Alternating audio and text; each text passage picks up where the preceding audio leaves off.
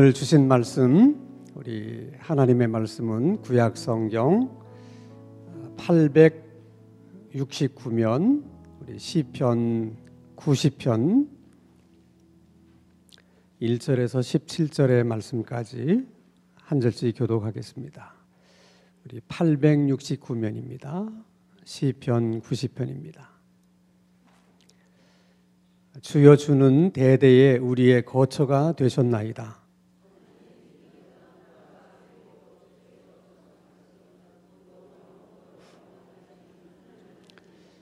주께서 사람을 티끌로 돌아가게 하시고 말씀하시기를 너희 인생들은 돌아가라 하셨사오니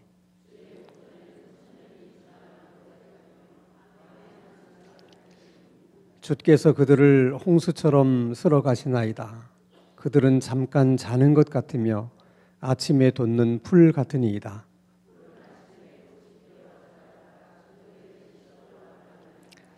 우리는 주의 노에 소멸되며 주의 분내심에 놀라나이다.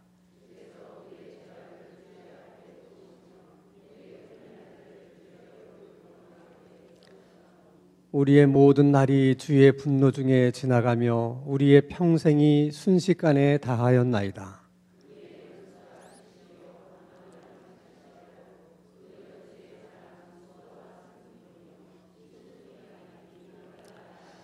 누가 주의 노여움의 능력을 알며 누가 주의 진노의 두려움을 알리이까?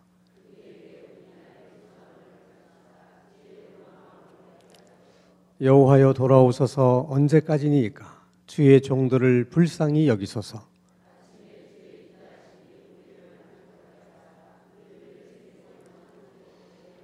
우리를 괴롭게 하신 날수대로와 우리가 화를 당한 연수대로 우리를 기쁘게 하소서.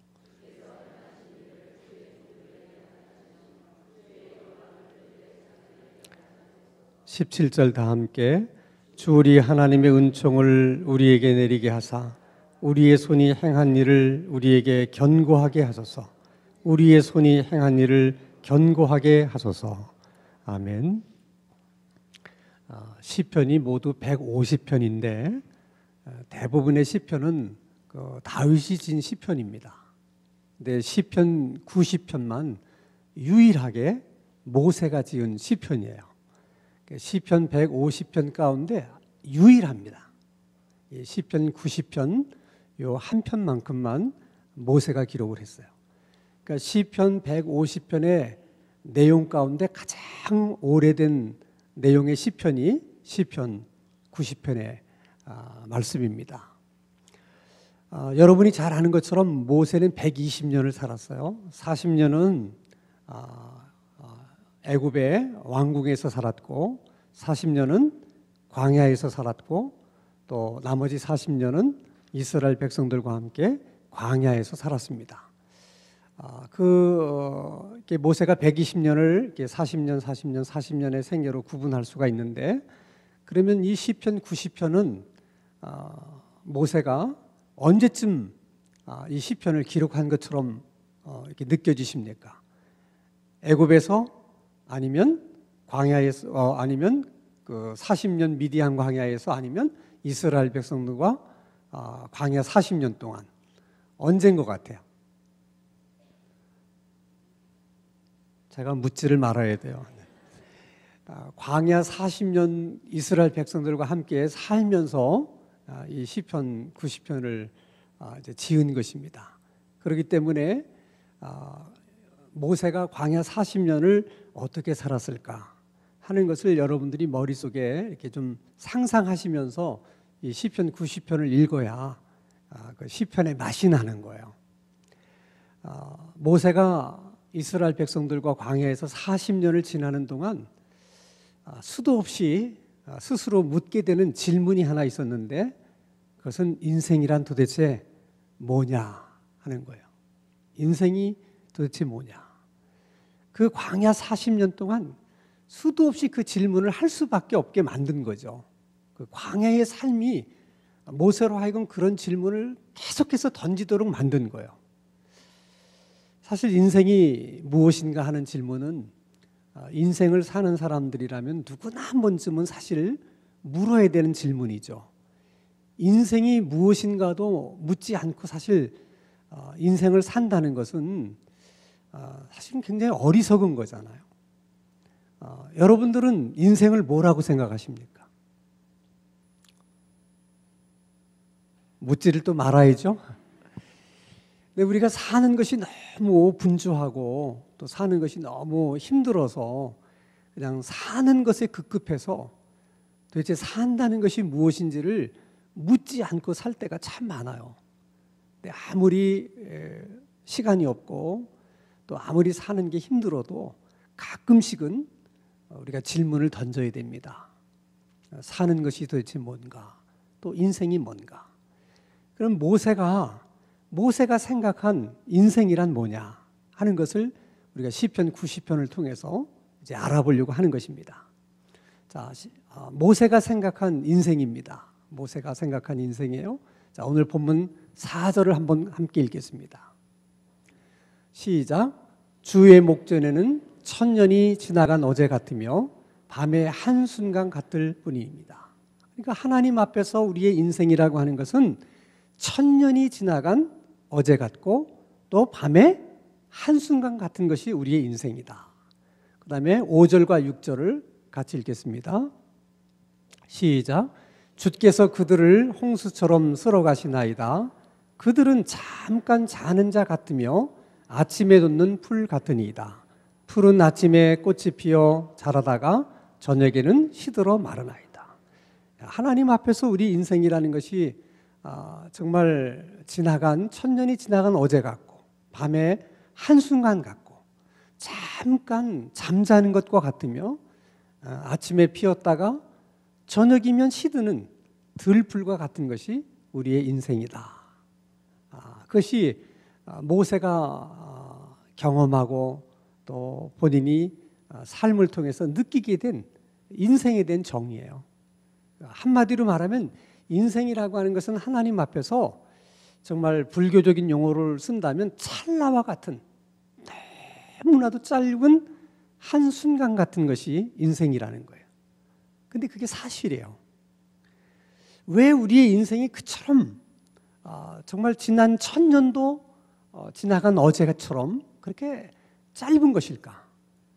그것은 하나님이 우리들을 영원히 살 수 있는 그런 존재로 처음부터 창조를 하셨기 때문에 그런 인간들이기 때문에 천년을 살아도 다 하나님 앞에서 지나간 어제처럼 짧을 수밖에 없다는 거예요. 만약에 하나님이 우리를 하루살이 인생으로 창조를 하셨다면 우리의 인생이 엄청 길게 느껴질 거예요. 그러나 본래 우리는 영원히 하나님처럼 영원히 살도록 그렇게 지음받은 존재들이기 때문에 아무리 오래 살아도 정말 지나간 어제처럼 정말 한순식간에 지나가는 것이 이제 우리들의 인생이라는 것입니다. 그러면 도대체 왜 우리의 인생이 이런 인생이 되었는가? 10절 말씀도 한번 같이 보겠습니다.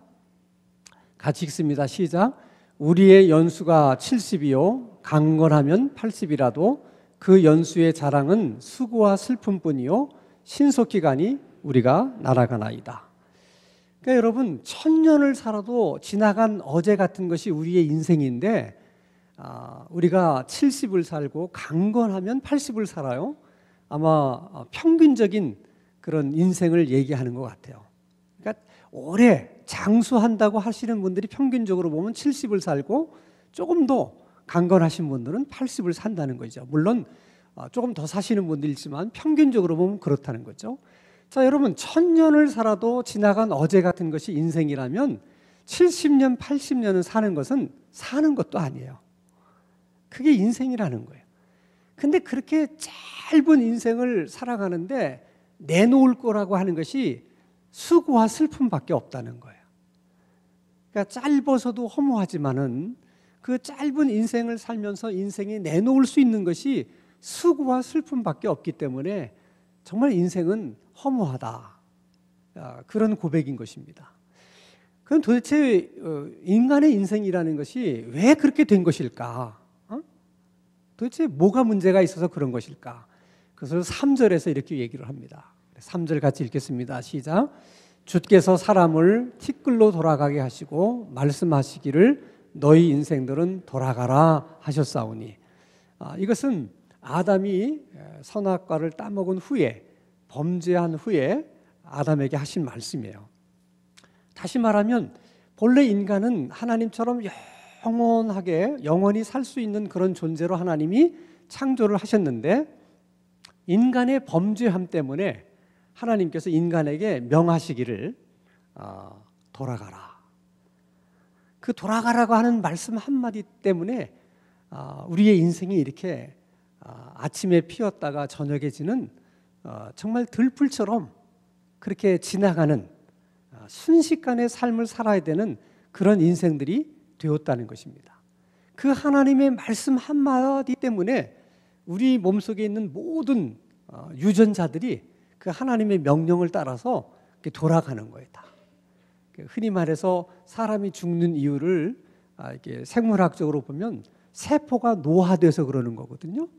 그러니까 오늘 본문 말씀을 가지고 설명하면 하나님의 그 명령 때문에 우리 안에 있는 모든 세포들이 돌아가기 위해서 노화가 되는 거예요. 다 세포들이 그 명령에 순종하기 위해서 이제 그렇게 가기 때문에 우리가 70 또는 강건하면 80을 살다가는 다 그냥 돌아가는 것입니다. 다 돌아가는 것이죠. 그렇게 생각하면 참 인생이라는 것이 정말 너무나 허무한 거예요.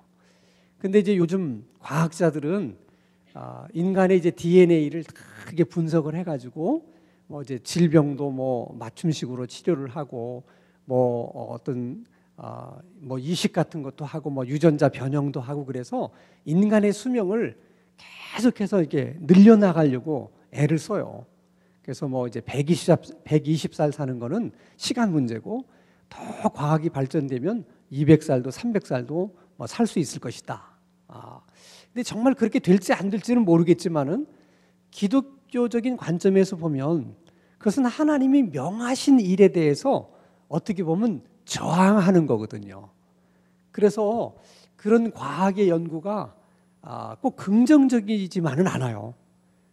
그러니까 과학자들이 그런 연구를 통해서 인간의 수명을 더 많이 늘려보려고 하지만은 이것이 정말 하나님이 명하신 일이라면 아마도 인간이 생각하지 못했던 또 다른 변수가 아마 생길 가능성도 있고, 또 인간의 지혜가 정말 그렇게 만들 수도 있다면 아마 그 전에 예수님이 재림하시지 않을까 그렇게 생각합니다. 그러니까 하나님이 정하신 것은 인간이 저항할 수가 없는 거예요. 그러니까 인생이라는 것은 이렇게 정말 하나님 앞에서 순식간에 지나가 버린다는 사실을 우리가 어떻게 받아들이고 인정을 해야 돼요. 문제는 그러면 그런 인생을 사는 우리들이 어떻게 인생을 살아야 되는가 하는 것이 이제 우리들의 문제죠. 그래서 모세는 다시 우리가 하나님을 기억하고 하나님을 생각하고 하나님이 누구이신가를 다시 한번 생각해 보면서 반대로 우리는 누구인가를 생각하고, 그러는 과정 속에서 우리가 무엇을 하나님께 구하면서 살아야 되겠는가, 그거를 시편 90편에서 얘기를 하고 있는데 이게 이제 삶의 굉장히 중요한 지혜입니다. 자, 오늘 본문 2절 말씀을 봅니다. 같이 읽습니다. 시작. 산이 생기기 전 땅과 세계도 주께서 조성하기 전 곧 영원부터 영원까지 주는 하나님이십니다. 그러니까 한마디로 우리가 늘 말하는 것처럼 하나님은 영원하신 분이라는 거예요. 그러니까 시간의 제한을 받으시는 분이 아니죠.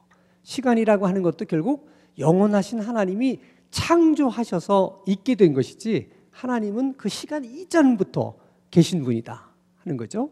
자, 그러면 우리는 도대체 인생은 뭐냐? 1절입니다. 같이 읽겠습니다. 시작. 주여 주는 대대에 우리의 거처가 되셨나이다. 이게 아주 굉장히 중요한 고백이에요.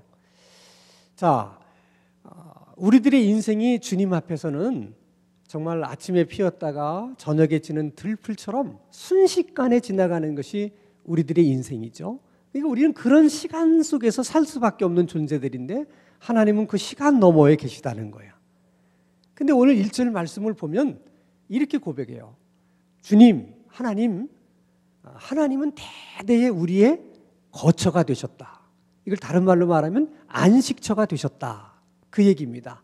그 얘기는 본래 인간이 이렇게 정말 한순간의 인생을 살다 갈 수밖에 없는 존재들이지만은 어디서 나온 존재들이냐? 그것은 영원하신 하나님으로부터 우리들이 나왔다는 거예요. 그러니까 우리가 돌아가야 될 안식처, 거기는 하나님의 품이라는 거예요. 우리가 그 하나님의 품으로 돌아가기만 하면 우리가 이런 정말 들풀처럼 이렇게 순식간에 살다 지나가는 인생을 살지 않게 되고 하나님처럼 하나님과 더불어서 영원한 삶을 살게 된다. 그 소망을 지금 피력하는 거예요. 우리에게 그 소망이 있다는 거예요. 그러니까 우리가 정말 인생이 70이요 강건하면 80이고 그 자랑은 수고와 슬픔뿐이지만은 그래도 우리에게 소망이 있는 것은 우리가 영원하신 그 하나님의 안식처로 우리가 돌아갈 수 있다는 거예요. 그게 우리들에게 소망이라는 거예요. 짧은 인생을 살지만은 그것이 우리들에게는 엄청난 소망이라는 거예요. 자, 그 소망을 품고 이 정말 들풀과 같은 짧은 인생을 사는 동안 우리는 그 하나님께 무엇을 구하면서 우리가 살아야 되겠느냐? 그거예요. 그게 이제 모세의 기도 제목이었고 그게 이제 오늘 우리들의 기도 제목이 돼야 되는 거죠. 그러니까 우리도 늘 생각해. 정말 순식간에 우리가 다 이제 지나가는 사람들이지만 그러나 우리가 하나님으로부터 왔기 때문에 그 영원하신 하나님의 품으로 우리가 다시 돌아가게 될 것이다. 그 꿈을 갖고 사는 것이죠. 자, 그러면 그 꿈을 가지고 늘 살면서 우리가 하나님 앞에 무엇을 기도해야 될 것인가? 자, 12절입니다. 같이 읽습니다. 시작. 우리에게 우리의 날 계수함을 가르치사 지혜로운 마음을 얻게 하소서. 이게 첫 번째 기도 제목이에요. 그러니까 우리가 이렇게 짧은 인생을 살다가 결국은 하나님께로 돌아가야 될 사람들인데 많은 인생들은 마치 이 땅에서 영원히 살 수 있는 사람인 것처럼 그 사실을 잊고 산다는 거예요. 그것을 가르쳐 주셔서 우리가 하나님 앞에 이제 가야 될 사람들인데 그 시간이 이제 얼마나 남았는가? 이제 얼마 있다가 내가 하나님 앞에 가게 될 것인가? 그것을 깨달아서 그래서 무엇을 준비하면서 내가 살아야 될 것인가? 그게 지혜라는 거야. 근데 왜 저 기도가 필요해요?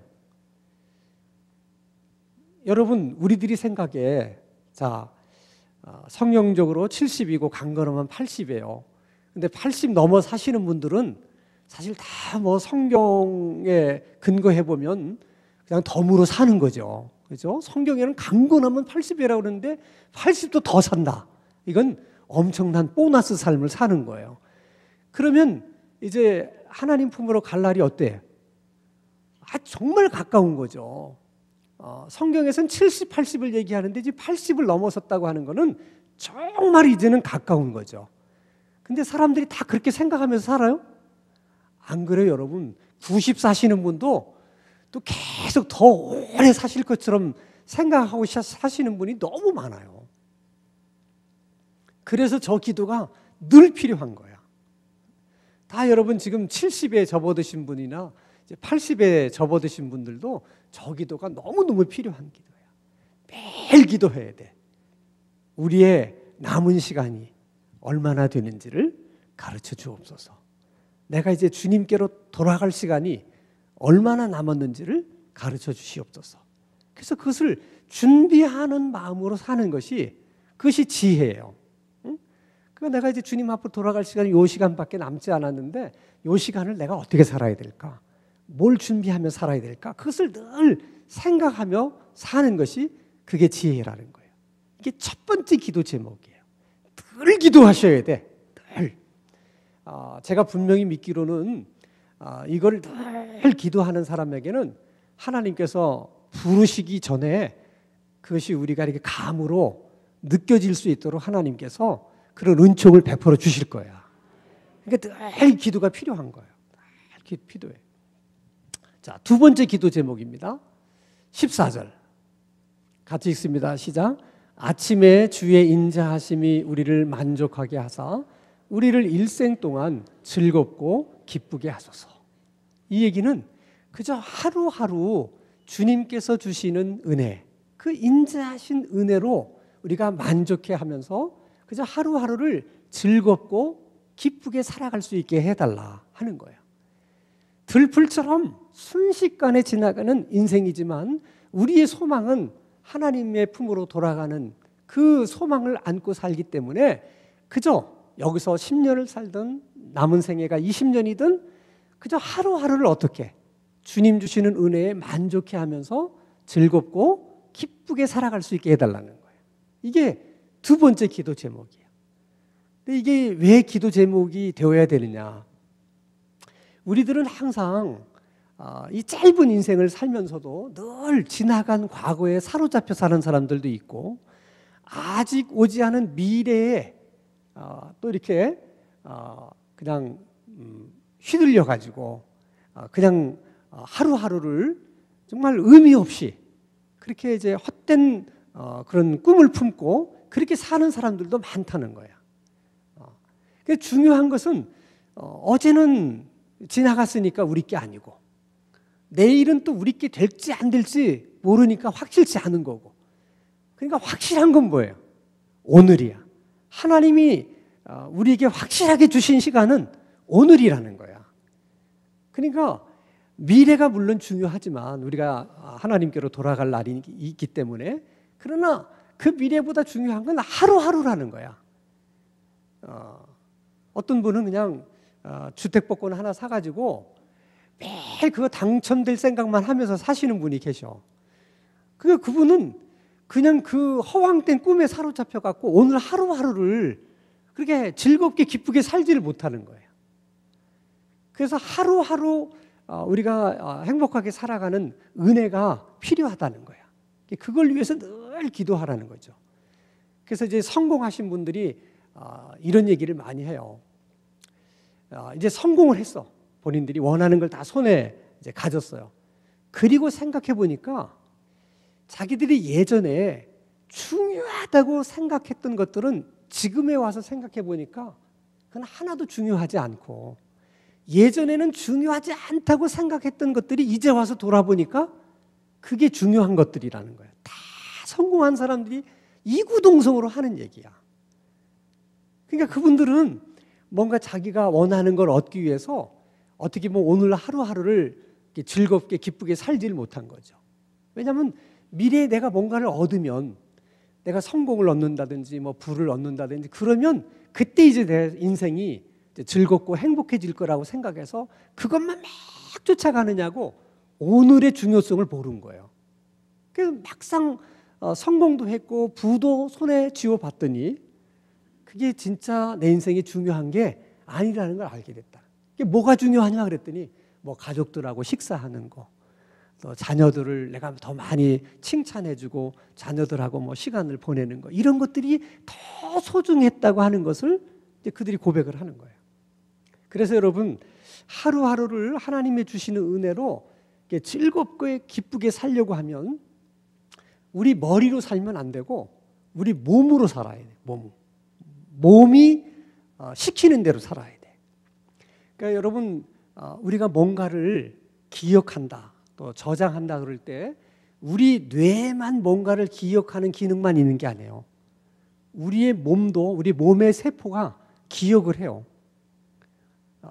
단적인 예가 뭐냐면 제가 이제 우리 이제 주차장이 이렇게 1층, 2층, 3층이 있어요. 근데 항상 1층은 차들이 많아서 꼭 저는 이제 들어가면 2층에다 대놔요. 계속 2층에다가 이렇게. 어느 날 1층을 내려가다 보니까 1층에 차가 비었어요. 그래서 옳았구나. 그걸 1층에 딱 대놨어요. 그 다음 날 제가 어디로 내려갔을까? 2층으로 내려간 거예요. 아무 생각 없이 내려가는데 몸이 알아서 나를 2층으로 데려가는 거야. 그때 깨달은 거야, 여러분. 몸이 기억을 해요. 몸이 기억을 합니다. 그리고 몸이 기억할 뿐만 아니라 몸이 끊임없이 우리에게 말을 해요. 몸이. 여러분 몸이 말하는 소리 들어보셨어요? 자, 예를 들어 여러분이 엄청 피곤해서 막 졸려. 그렇죠? 그 몸이 말하는 거야. 뭐라고? 자라고 말하는 거야, 그게. 그게 몸이 자라고 말하는 거예요. 엄청 배가 고파. 응? 그러면 몸이 뭐라고 말하는 거야? 먹어라. 이렇게 말하는 거야. 그 몸이 하는 소리를 따라서 살면 즐겁고 기쁘게 돼요. 몸은 우리를 즐겁게 하기 위해서, 행복하기 위해서 최선을 다해서 나를 이렇게 안내하는 거예요, 몸이. 그런데 왜 우리가 그 몸이 하는 소리를 못 듣느냐? 그래서 우리가 너무 욕심에 사로잡혀 있거나 뭐에 집착해 있거나 아니면 너무 분주해가지고 우리의 정신이나 마음이 이렇게 이제 혼탁해져 있으면 몸이 하는 소리를 못 들어요. 그래서 몸이 하는 소리를 못 듣고 그냥 지나치게 되면 항상 몸에 문제가 와. 그러니까 이제부터는 여러분들이 몸이 하는 소리를 듣고 그 소리를 따라가야 돼. 이걸 흔히 직관이라고 얘기해요. 근데 우리가 머리로 생각하는 것이 굉장히 합리적인 것 같지만은 사실은 합리적인 부분이 있지만은 우리의 이성이라는 것은 내가 여러 가지 데이터를 가지고 내 유리한 쪽으로 그걸 이제 해석을 하기 때문에 대부분의 경우는 정확하지 않을 때가 많아요. 자, 예를 들면 내가 이렇게 누구를 보면서 인사를 해야 되겠다 하는 느낌이 탁 와요. 근데 인사를 하려고 딱 생각해 보니까 이거 인사를 해도 괜찮을까? 또 내가 인사를 하면 저 사람이 또 나를 뭐라고 볼까? 뭐 이런 여러 가지 생각들이 이게 종합해 가지고 판단하잖아요.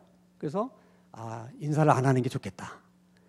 그러니까 몸은 인사를 하라고 하지만 우리의 생각이 그걸 다 분석을 해가지고 판단을 내리는데 대부분의 경우는 몸이 판단한 게 맞아요. 그래서 몸이 시키는 대로 해야 되는데 중요한 것은 그러려고 하면 우리의 마음이나 우리의 정신이나 우리의 영혼이 깨끗해야, 순수해져야 몸이 하는 걸 정확히 알아들을 수가 있어요. 그걸 모르면 본인이 오해를 해가지고 자기가 생각한 것을 마치 직관인 것처럼 몸이 말하는 것처럼 그렇게 판단해서 하면 그건 대부분 실패를 해요. 그래서 여러분 하나님이 우리들에게 이게 기도 생활을 많이 말씀하시는 이유가 있는 거예요. 기도 생활을 여러분이 성실하게 열심히 계속 진실되게 기도 생활을 하게 되면 이렇게 욕심에 사로잡히지도 않게 되고 우리의 마음과 몸 이런 것이 굉장히 순수해져요. 몸이. 그러면 몸이 하는 것을 잘 느낄 수가 있는 거예요.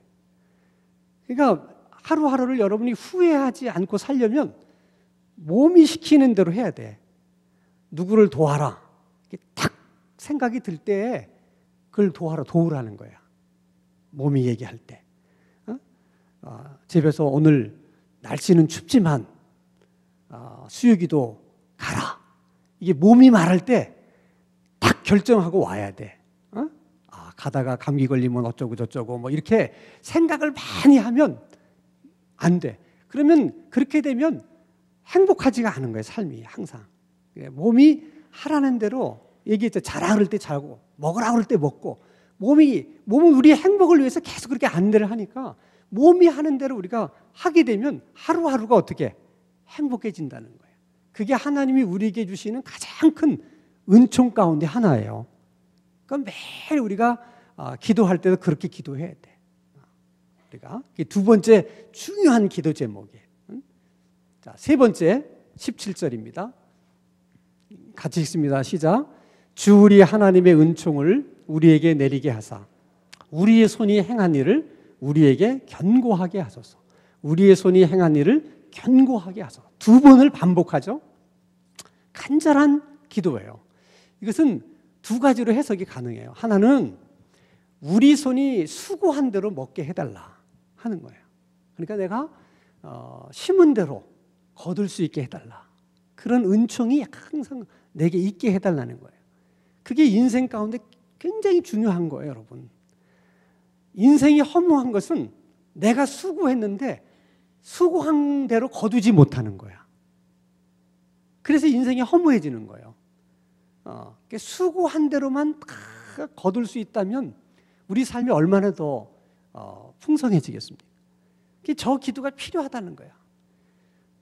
또 한 가지 해석은 우리가 들풀처럼 짧은 인생을 살다 가지만은 하나님이 그 짧은 인생 가운데도 우리를 통해서 하시고자 하시는 일이 있다는 거야. 그 일이 그대로 이루어질 수 있게 해달라 하는 기도의 제목이야. 그게 뭔지는 모르지만은 하나님이 나를 통해서 행하실 일이 계신 것, 그것이 그대로 나를 통해서 이루어지게 하소서 하는 기도 제목이야. 이것도 굉장히 중요한 거예요. 짧은 인생을 살지만 하나님이 그래도 이 짧은 인생 가운데 나를 통해서 행하실 일이 있고, 그리고 나를 통해서 그런 일을 이루어 나가신다는 것이 우리의 인생에 있어서 가장 큰 보람이고 의미라는 거예요. 그래서 오늘도 이 모세가 인생이 참 허무한 것이고 정말 하나님 앞에서 짧은 그런 인생이지만은, 그러나 우리가 결과적으로는 하나님의 본향으로 우리가 돌아갈 소망을 가지고 짧은 인생을 살면서 위로를 받으면서 그 짧은 인생 가운데, 그 짧은 인생이지만은 하루하루를 즐겁게 행복하게 살아갈 수 있도록 세 가지 기도 제목을 매일처럼 하나님 앞에 드리면서 살아갈 때 우리 인생이 결코 허무하지 않고 매일매일 의미 있고 보람 있고 행복한 인생을 살아가게 될 줄로 믿습니다. 오늘도 이 기도 제목 세 가지를 붙들고 우리가 하나님 앞에 나가서 기도하겠습니다.